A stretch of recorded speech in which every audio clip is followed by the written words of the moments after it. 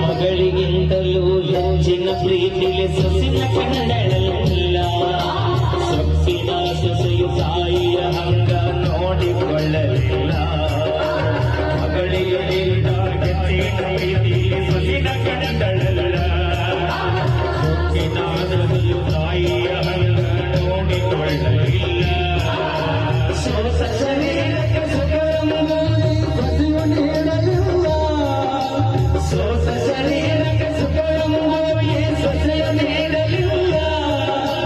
ಉಂಡು ನಿಂತಿರುವ ಎಂಜಲ ಕೂಡ ತಾಯಿಗಳಲ್ಲ. ಮರಣ ಮೋಹಕ ಹಲಸಿದ ಕೂಡ ತಾಯಿ ತಿಂದಳಲ್ಲ.